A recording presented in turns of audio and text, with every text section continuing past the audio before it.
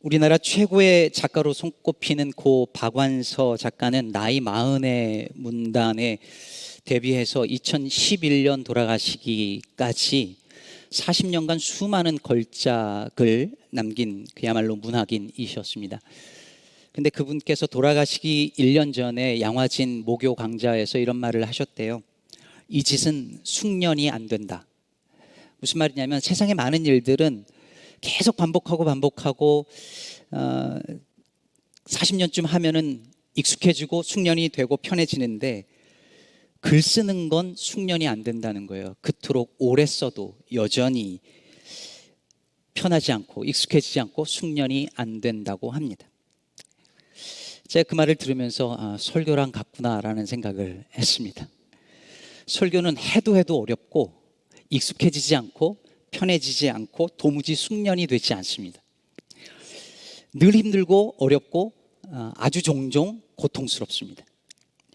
도대체 성경에는 쉬운 본문이 하나도 없는 것 같아요. 다 어렵습니다. 그런데 정말 그 중에서도 어려운 게 선지서예요. 선지서 설교가 가장 어려워요. 그리고 그 중에서 하나 또 꼽으라면 저는 예레미야서가 어렵습니다. 왜냐하면 예레미야서는 읽는 내내 고통스럽습니다. 아픕니다. 하나님의 분노와 그 심판의 메시지가 가득하고 끊임없이 고통당하고 아파하고 슬퍼하는 예레미야의 눈물이 예레미야서에 흐릅니다. 예레미야서를 짜면 눈물이 떨어질 것만 같습니다. 게다가 길어요. 52장이나 됩니다. 절수로 따지면은 선지서 중에 가장 긴 것이 예레미야서입니다. 교회에 오시는 분들이 거의 대부분의 분들이 힘들게 한 주간을 살다가 교회에 오면 좀 위로받고 평안한 좀 좋은 얘기 듣고 마음이 평안해져서 돌아가기를 원하는데 이건 뭐 그냥 52장 그냥 뭐 뒷부분에 물론 구원과 회복의 메시지가 나오지만 계속해서 심판의 메시지와 멸망에 대한 예언과 눈물과 고통뿐이니 전하는 사람도 힘들고 듣는 사람도 힘듭니다. 만약에 예레미야서를 1장부터 시작해서 끝까지 매주 강해를 한다면 아마 저나 여러분이나 다 지쳐 떨어져 나갈지도 모르겠습니다. 그래서 사람들은 선지서를 잘 읽지 않고 설교자는 가능하면 선지서 설교를 피하고 싶어 합니다. 부담스러우니까요. 근데 여러분 바로 이것이 예레미야 선지자가 살던 시대의 모습과 같습니다. 이스라엘 백성들은 심판과 회개를 촉구하는 메시지는 듣기 싫어했습니다. 부담스러운 말씀은 듣고 싶어 하지 않았고 다 괜찮다, 잘 될 거야 이렇게 축복해주고 위로해주고 마음의 평안을 얻고 돌아가게끔 만들어주는 그런 메시지만 듣고 싶어 했습니다. 여러분 설교의 방향과 내용을 결정짓는데 가장 큰 영향을 끼치는 요인이 무엇인지 아십니까? 대부분 성도들의 눈빛이랍니다. 설교를 오래 하다 보면요 설교 자체는 숙련이 안 되는데 성도들의 눈빛은 숙련이 됩니다. 어떤 내용에 눈이 반짝거리시면서 좋아하시는지, 어떤 내용에 힘들어하고 부담스러워 하시는지, 어떻게 이야기가 전개되면 주무시는지, 심지어 어떤 파트에서 싫어하실지 대략 감이 옵니다. 설교 준비하면서 감이 와요. 이번 주 설교했는데 성도님들 눈빛을 보고 다음 주에 이번엔 이렇게 해야 되겠구나라고 생각할 수 있어요. 그렇게 설교자가 성도들의 눈빛에 영향을 받다 보면 설교자는 나도 모르게 하나님에 대한 신경보다 성도들 회중에 대한 신경을 더 많이 쓰게 되고 그 입맛에 맞는 설교를 하게 됩니다. 그러나 예레미야서를 읽으면 말씀 전하는 자가 어때야 하는지, 말씀을 듣는 자들은 어때야 하는지 선명하게 드러납니다. 이 시대는 말씀이 홍수를 이루는 시대입니다. 유튜브를 켜면 유명한 설교자들의 설교가 쏟아져 나옵니다. 내 취향에 맞는 설교 그냥 클릭 한 번으로 다 들을 수 있습니다. 듣다가 재미없으면 다음 넘겨버릴 수도 있습니다. 이렇게 설교는 넘쳐나고 말씀은 언제나 들을 수 있고 성도들의 성경 지식은 갈수록 높아지고 있는데, 그런데도 교회는 말씀의 능력이 없고 성도들의 삶은 바뀌지 않고 교회는 오늘날 이 모양 이 꼴이 되어가고 있는데, 왜 그런 것인지 우리는 예레미야서를 통해 배울 수 있습니다. 그러니 부담스럽더라도 눈 감고 귀 닫지 마시고 겸손히 말씀에 귀 기울이는 저와 여러분 되시기를 바랍니다. 오늘 본문은 선지자 예레미야가 누구였는지 그 정보를 제공해 주는 것으로부터 시작합니다. 1절을 보면 베냐민 땅 아나돗의 제사장들 중 힐기야의 아들 예레미야의 말이라 라고 되어 있는데, 이런 본문을 그냥 지나치시면 안 됩니다. 이 1절 그리고 2, 3절이 예레미야서 전체를 이해하는 일종의 방향 키입니다. 여기에 중요한 예레미야의 출신 정보가 제공이 되는데, 먼저는 그가 베냐민 땅 아나돗 지방 출신이라는 것이고, 그리고 제사장 출신이라는 것입니다. 여러분, 열왕기상 2장에 보면은 솔로몬 왕이 그의 그 다른 형제였죠, 아도니아하고 왕위 계승 문제로 대립할 때에 아도니아 쪽에 붙었던 아비아달 제사장을 파직시키고 그의 고향으로 쫓아냅니다. 그 고향이 어디였냐면 오늘 여기 나오는 아나돗이었습니다. 원래 다윗 왕 시절에 두 제사장, 사독 제사장과 아비아달 제사장이 두 축을 이루었었는데, 다음 정권인 솔로몬 왕 때에 아비아달이 밀려나간 거죠. 귀양을 간 것입니다. 그곳이 어디였냐면 아나돗이었습니다. 그래서 아비아달과 그 후손 제사장들은 아나돗이라고 하는 예루살렘 바깥의 변방에서 활동하는 주변부 제사장 역할을 했습니다.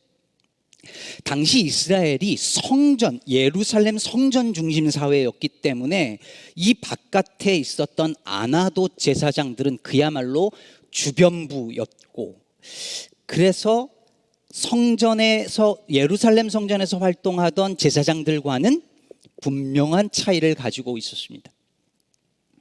그런데 예레미야가 누구냐면 그 아나돗에 있는 제사장, 그 몰락한 제사장 집안 출신이라는 거예요. 그것이 뭘 보여줄까요? 예레미야는 어려서부터 주변부에, 변방에서 변방의식을 가지고 살 수밖에 없었을 것이라 하는 말입니다. 한양대 정재창 교수님이 이런 말을 했어요. 시는 지배 언어의 자아 도취를 일깨우는 변방의 언어다. 시는 지배 언어의 자아 도취를 일깨우는 변방의 언어다. 여러분, 예언자는요 언제나 시적인 언어로 말하는 시인들이었습니다. 예언자는 산문으로 말하는 법이 없다라고 한 신학자가 말했는데, 예언자들은 거의 다 시로 말하고 히브리 시의 형식과 내용을 따릅니다.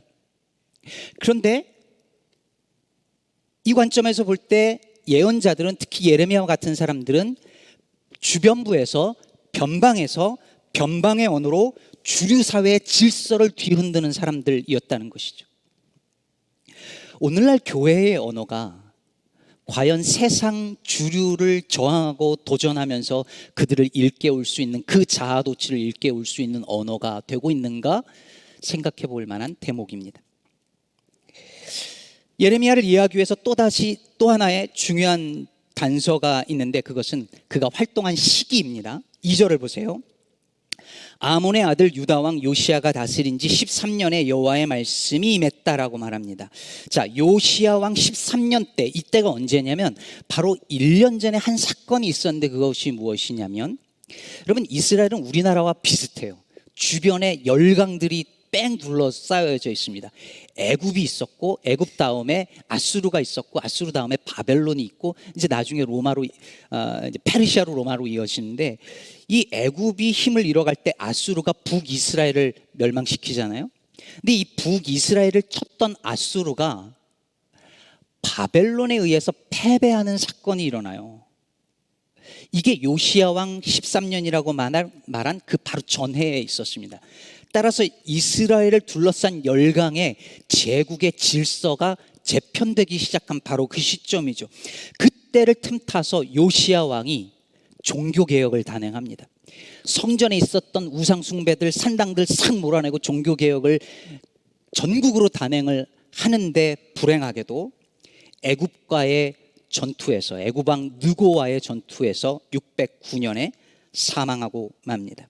그리고 나서 여호아하스가 그 왕위를 잇는데 애굽이 딱 보고 저것들 마음에 안 들어. 그래서 아하스를 3개월 만에 폐위시키고 애굽으로 끌고 가죠. 그리고 나서 친애굽파였던 여호야김을 왕으로 세웁니다. 그리고 얼마지 않아서 여호야김이 바벨론으로부터 바벨론에 대해서 반역을 시도했다가 죽고, 그 다음 왕인 여호야긴은 바벨론으로 1차 포로로 끌려가고, 그리고 마지막으로 시드기야 왕 때 이스라엘은, 예루살렘은 바벨론에 의해서 최종적으로 멸망하며 시드기야는 비참한 최후를 맞습니다.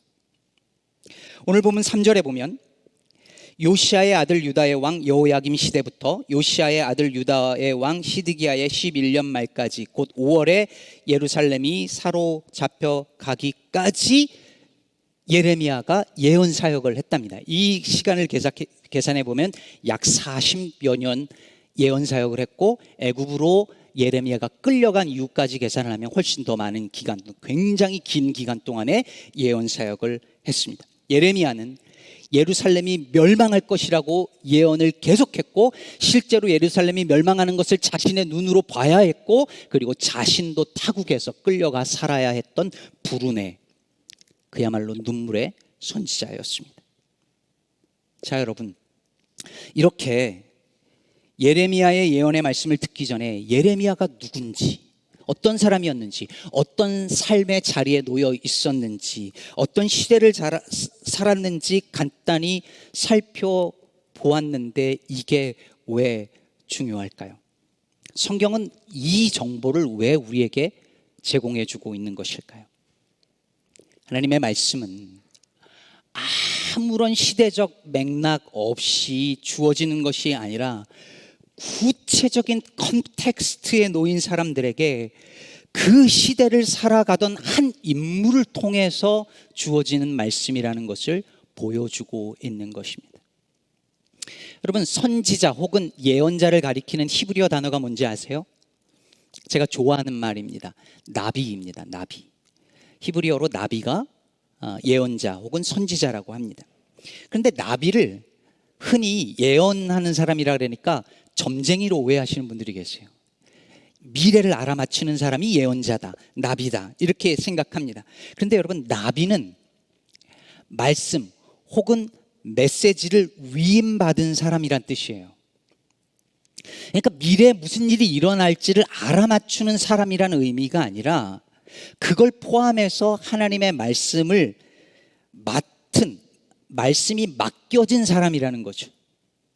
그래서 특정한 시대에 특정한 상황에 놓여져 있는 사람들을 향하여 자신이 받은 메시지를 전하는 사람이 나비였어요.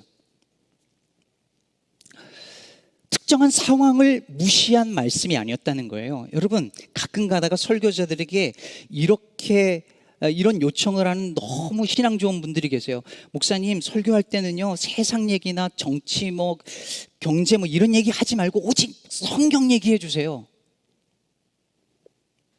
근데 여러분, 정작 성경을 보세요. 성경은 구체적인 세상의 컨텍스트 없이 전해진 말씀이 하나도 없습니다. 어떤 말씀도 그 시대의 상황, 그 시대의 컨텍스트, 그 시대의 정황을 초월해서 그거와 무관하게 전한 말씀은 하나도 없어요. 여러분, 1절, 2절 이 말씀은 오늘날 우리 시대로, 우리 한국 사람들에게 적용하면 이런 말씀이에요.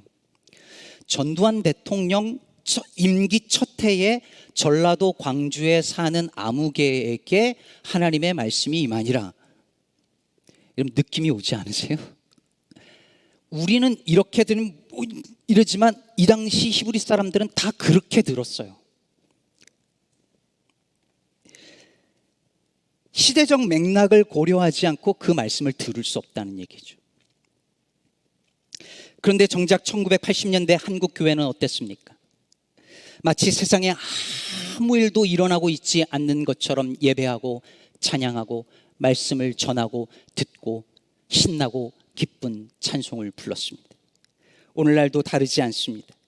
오늘 우리 주변에서 오늘도, 아니 매일 하루도 빠짐없이 우리 주변에서 총기로 누군가가 죽어가고 30분 1시간만 가면 마주할 수 있는 저곳에서 단돈 몇 불이 없어서 약을 못 먹어서 죽는 사람들이 오늘도 우리 곁에 있고, 지구 한쪽에서는 전쟁으로 젊은이들이 두 눈을 잃고 두 팔과 두 다리가 잘려나가는 일들이 오늘도 벌어지고 있는데, 교회는 마치 아무 일도 우리 주변에서 일어나지 않는 것처럼 예배를 드리고 설교를 하고 말씀을 듣고 찬양을 부릅니다. 그리고 성도들과는 마치 아무 일도 없는 것처럼 부동산 시세를 이야기하고 골프 점수를 이야기하고 자녀들 진학 정보를 나눕니다. 예레미야가 예언자로 활동하던 시대도 그랬습니다. 유다 땅을 둘러싼 열강들, 애굽과 아수르와 바벨론, 이 제국들은 어떻게든 이스라엘을 잡아먹으려고 호시탐탐 노리고 있고, 그 와중에 힘 있는 자들, 기득권자들은 불의와 불법을 자행하면서 힘없는 백성들의 신음은 날이 갈수록 깊어지고 있는데, 종교 지도자들은, 제사장들과 거짓 선지자들은 마치 아무 일도 일어나지 않는 것처럼 평강하다 다 괜찮을 거다, 우리는 하나님의 백성이니 절대로 망할 리가 없다라는 메시지만 계속해서 전해주면서 백성들로 하여금 안심하게 만들고 평안하게 만들고 위로받게만 해주었습니다. 듣기 좋은 설교만 읊어댔습니다. 하지만 진정한 나비, 즉 진정한 예언자들은 그럴 수 없었습니다. 예언자를 가리키는 또 하나의 말, 히브리어 단어의 로에라고 하는 것이 있는데, 이것은 우리말로 선견자로 주로 번역됩니다. 선견, 즉 미리 보는 것입니다. 혹은 보이는 것 너머를 보이는 사람들을 로에, 선견자라고 불렀습니다. 그래서 아브라함, 조슈아, 헷셀은 예언자를 가리켜서 이렇게 말하기도 했습니다. 예언자는 하늘의 눈으로 인간의 역사를 주석하는 자라고 했습니다. 나비의 눈에는, 로에의 눈에는, 예레미야 선지자의 눈에는 예루살렘이 멸망하는 게 보입니다. 절대로 무너지지 않을 거라고 모든 사람들이 확신하고 있는 성전이 와르르 무너지는 것이 예언자의 눈에 보입니다. 그것을 본 거예요. 그리고 그 본 것을 전한 것입니다. 그러니 예레미야의 말이 백성들에게 곱게 들렸을 리가 없지요. 당시 주류 가치관, 당시의 주류 신학, 당시의 문화와는 정반대되는 이야기를 혼자 전하고 있었으니까요. 그래서 기득권자들은 그를 외면하고 회유하고 멸시하고 때리고 감금했습니다.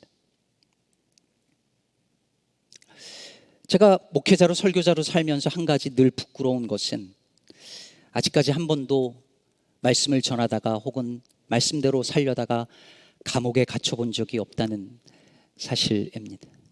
한두 번 기회가 있었는데 아쉽게 놓쳤어요. 이 설교 우리 어머니 들으시면 기겁을 하실 테지만 그렇게 살았어요. 예레미야는, 믿음의 선조들은, 나비들은.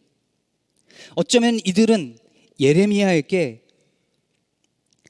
그 말이 무슨 뜻인지 알겠는데 너무 그렇게 직설적으로 말하지 말고 조금 돌려서, 조금 순화해서 말하라고 점잖게 권유했을지도 모릅니다. 무슨 말인지 알겠는데 그렇게까지 과격하게 말하면 누가 듣겠냐고 말했을지도 모릅니다. 예언자는 종종 너무 과격해 보이고 급진적으로 보이기 마련이니까요. 마틴 루터 킹 목사님이 민권 운동을 할 때도 그랬습니다. 그런 이들이 있었어요. 킹 목사님을 공격하고 비난하는 사람들이 너무 많았는데, 오늘날 마틴 루터 킹 주니어 데이가 있지만 그걸 셀레브레이트하고 학교에서도 아이들에게 가르치지만, 만약에 그분이 우리 시대에 살고 있었던 분이었다면 여러분, 오늘날 교인들은 어떻게 반응했을까요? 그 당시에 킹 목사님에게 그의 주장에 동의하면서도 너무 그렇게 과격하게 하지 말고 좋은 때가, 시기가 오니까 그때까지 좀 천천히 가자라고 말하는 이들이 있었습니다. 킹 목사님은 이들을 다 백인 그리스도인들이었는데, 대부분이 온건한 백인 그리스도인들을 향하여서 뭐라고 했느냐면, 이들은 정의가 이루어지는 것보다 사회 질서가 깨지는 것을 더 두려워한, 그러니까 정의보다 사회 질서가 더 중요하니 민권운동이 사회 질서를 깨뜨리는 위험한 행동이라고 말했다는 거죠. 그러면서 이 인종차별 철폐와 민권운동을 가로막는 가장 큰 장애물은 KKK와 같은 백인 우월주의자들이 아니라, 다 맞는데 천천히 좀 온화하게 부드럽게 하면 안 되냐라고 말하는 온건한 백인 그리스도인들이라고 말을 했습니다. 그래서 저 유명한 버밍햄 감옥으로부터의 편지에서 킹 목사님은 그들을 향하여 이런 말을 했습니다. 우리를 괴롭히는 것은 사악한 사람들의 완벽한 몰이해가 아니라 선량한 사람들의 천박한 인식입니다. 우리를 당황하게 만드는 것은 노골적으로 우리의 요구를 거부하는 사람들이 아니라 우리의 처지를 이해하면서도 미온적인 태도를 보이는 사람들입니다. 아마도 우리들 중 대부분의 모습이겠죠. 오늘날 교회 안에 더 이상 예언자가 보이지 않고, 교회 안에서 예언자의 설교를 들을 수 없고, 교회가 이 시대를 향하여서 예언자적인 목소리를 내지 못하는 이유가 여기 있습니다. 대부분 다 선량한 시민이고 어느 정도 착실한 기독교인으로 살면서 주일이 되면 예배도 정기적으로 드리고 불쌍한 이웃들 돕는 일에 어느 정도 참여합니다. 그러나 그 이상은 No thank you. 나를 불편하게 만드는 말씀은 듣기 싫어하고, 적당한 봉사는 좋지만 내가 손해보고는 정도는 거절하고, 사회 질서를 위협하는 수준의 정의다 싶으면 그것은 용납 못합니다. 신앙은 나와 우리를 안전하다고 느끼게 해줄 정도, 딱 그 정도만 용납하고 그 이상은 신앙이 내 안으로 들어오는 것을 원하지 않습니다. 예레미야라고 그걸 몰랐겠어요? 그 선을 조금 넘어가서 좀 더 부담스러운 얘기, 불쾌한 얘기, 심판과 회개를 촉구하는 그런 메시지만 전하면 돌아오는 건 비아냥과 조롱과 멸시와 천대와 그리고 핍박이라는 걸 왜 몰랐겠습니까? 그들이 말하는 것처럼 심판의 메시지 전했으면 그래도 좀 위로도 해주고 이렇게 적당히 버무려서 그렇게 하면 그래도 괜찮다는 걸 왜 몰랐겠습니까? 하지만 선택의 여지가 없었습니다. 자신은 아이라서 말할 줄 모른다고 했던 예레미야를 향해서 하나님께서 뭐라고 말씀하십니까? 7절에서 이렇게 하십니다. 여호와께서 내게 이르시되 너는 아이라 말하지 말고 내가 너를 누구에게 보내든지 너는 가며 내가 내게 무엇을 명령하든지 너는 말할지니라. 어디로 보내든지 가며 무엇을 말하라 하든지 말해야 한다는 것입니다. 들어야 할 청중을 네가 결정할 수 없고 전해야 할 메시지를 네가 결정할 수 없다는 것입니다. 선택할 수 없습니다. 하나님이 명하시면 가는 것이고 명한 것이면 전해야 합니다. 문제는 예레미야의 예언 사역이 실패가 정해져 있다는 거예요. 예레미야는 어떻게 해도 실패할 수밖에 없는 예언자였습니다. 생각해 보세요. 예루살렘이 멸망하니까 제발 회개하라는 그의 메시지는 계속 실패합니다. 누구도 돌이키고 회개하지 않아요. 예레미야는 처음부터 그걸 알고 있었어요. 알면서도 전하는 거예요. 회개하라는 메시지는 언제나 실패할 거라는 걸 알면서도 예언자는 전합니다. 실패할 수밖에 없는 설교를 끊임없이 전해야 하는 것이 예언자의 예레미야의 운명이었습니다. 그뿐이 아닙니다. 예루살렘이 멸망할 것이라고 하는 이 예언이 그 예언대로 이루어지면 그건 성공일까요? 거봐, 내가 그럴 줄 알았어. 내가 말한 대로 됐지. 그렇게 해서 내가 말한 대로 된 것이니까 성공이라고 말할 수 있나요? 아니요. 그건 역시 실패죠. 망해버렸으니까요. 그러니 어떻게 하든 그의 예언 사역은 실패할 수밖에 없는 부르심이요, 운명이요, 사명이었습니다. 그래서 예레미야는 20장 9절에서 말하는 것처럼 내가 다시는 여호와를 선포하지 아니하며 그의 이름으로 말하지 아니하리라. 내가 다시는 이런 예언 안 한다라고 다짐하지만 결국 나의 마음이 불붙는 것 같아서 골수에 사무치니 답답하여 견딜 수 없다 하며 또다시 그 입에 받은 하나님의 말씀을 또 전합니다. 하나님으로부터 받은 사명을 감당하는 일에는 성공이냐 실패냐를 따지는 것이 아니고 내 이익과 손해를 따지지 않고 그저 순종할 뿐임을 보여주는 사역이요 삶이었습니다. 제가 신학교 시절에 가장 많이 들었던 말 중에 하나는 목회 성공이라는 말이었습니다. 감히 누군가 목회 성공이라는 단어를 붙여버렸습니다. 교회 성장학이라는 학문이 도입해서 신학생들을 가르쳤습니다. 그래서 교회가 성장하고 부흥하면 목회 성공이라 불렀고 작은 교회를 목회하면 목회를 실패했다 말합니다. 제가 아는 어느 미국 교인분이 저한테 목사님들도 교회를 이렇게 성장시키면 인센티브 주고 월급도 올려줘야 되고 잘못하면 월급 깎아야 되고 이러는 거 아니냐고 저한테 대놓고 물어보시더라고요. 세상의 가치관이 교회 안으로도 이미 많이 들어와서 자리를 잡고 있습니다. 예레미야서를 읽으면 이런 말들이 목회 성공이니 하는 말들이 얼마나 허망하고 부끄러운지를 알게 됩니다.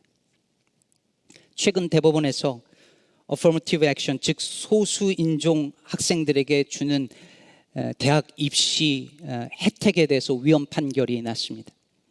이에 대해 견해가 다를 수 있습니다. 굉장히 복잡한 다양한 층이 있는 이슈니까요. 하지만 이 발표가 나가자마자 신문에 그 기사와 더불어서 학원들과 한인 학부모들이 이에 따른 입시 전략을 어떻게 할 것인가를 발빠르게 움직여서 말하고 논의하고 기사화하는 모습을 보면서 너무 서글펐습니다. 오히려 이것이 이런 affirmative action이 한인들과 아시안들에겐 불리한 것이었기 때문에 이번 판결이 우리한테는 더 잘됐다, 우리 애들한테는 더 좋은 것이라고 환영하는 모습을 보면서 이미 교육은 사라지고 입시만 남았다는 한국 사회와 이제 여기도 다르지 않구나라는 생각이 들었습니다. 그렇게 해서 바라는 것이 자녀들의 성공인가요? 그렇게 해서 우리 아이들이 불의는 참아도 불이익은 못 참는 자녀들로 자라는 것이 그 아이들에게 원하는 성공인가요? 적어도 그리스도인이라면 그럴 수 없습니다. 성도는 성공한 삶을 위하여 부름받은 사람들이 아니라 거룩한 삶을 위하여 부름받은 사람들입니다. 비록 실패하더라도 순종하라고 부름받은 사람들이 저와 여러분입니다. 믿는 자는 이 길 끝에 십자가가 있다는 것을 뻔히 알면서도 그 길을 가는 사람들입니다. 제1교포 지식인 서경식 선생은 말하기를, 시인은 어떤 경우에도 침묵해서는 안 되는 사람을 가리킨다 했습니다. 실패할 것을 예감하면서도 쓰지 않을 수 없는 운명 같은 것이 시이고, 승산이 있든 없든 어떤 경우에도 그에게 주어진 언어를 말해야 하는 사람이 시인이라는 것이죠. 이것이 바로 예언자의 운명이며 설교자의 사명이며 이 시대를 살아가는 모든 교회와 그리스도인의 부르심이요 사명인 것입니다. 사랑하는 성도 여러분,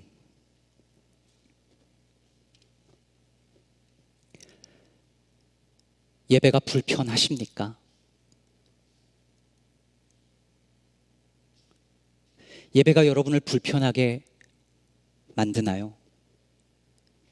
예배는 우리를 평안하게 만들어 주지만 예배가 마냥 편하기만 한 것이라면 뭔가 잘못되었습니다. 진정한 예배는 우리를 종종 불편하게 만듭니다.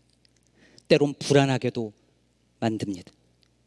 예배가 끝나고 축도와 후주가 끝나고 그 어떤 부담감도 남아있지 않아서 쉽게 자리를 털고 일어날 수 있을 만큼 아무런 여운도 없다면 그건 예배가 여러분들 안에, 제 안에 어떤 사건도 일으키지 못했다는 말입니다. 설교가 여러분을 불편하게 만드나요? 어떤 말씀이 여러분들로 하여금 슬프도소이다 라고 탄식하게 만들었나요? 제 설교가 그냥 편안한 삶의 일상에 안주하고 싶은 여러분의 그 마음에 파동을 일으키는 말씀이 되고 있나요? 내게 사건을 일으키지 않은 말씀으로 세상에 사건을 일으킬 수 없습니다. 나를 흔들어 놓지 않은 말씀으로 세상을 흔들 수 없습니다. 그러니 사랑하는 성도 여러분, 말씀이 여러분을 불편하게 만들기를 축복합니다. 모두가 더 편하고 모두가 더 행복하고 성공하기를 갈망하는 이 시대 속에서 복음마저 feels good religion으로 바꾸는 교회의 문화 속에서 비록 불편하고 힘든 말씀이라도 순종하는 그리스도인 되기를,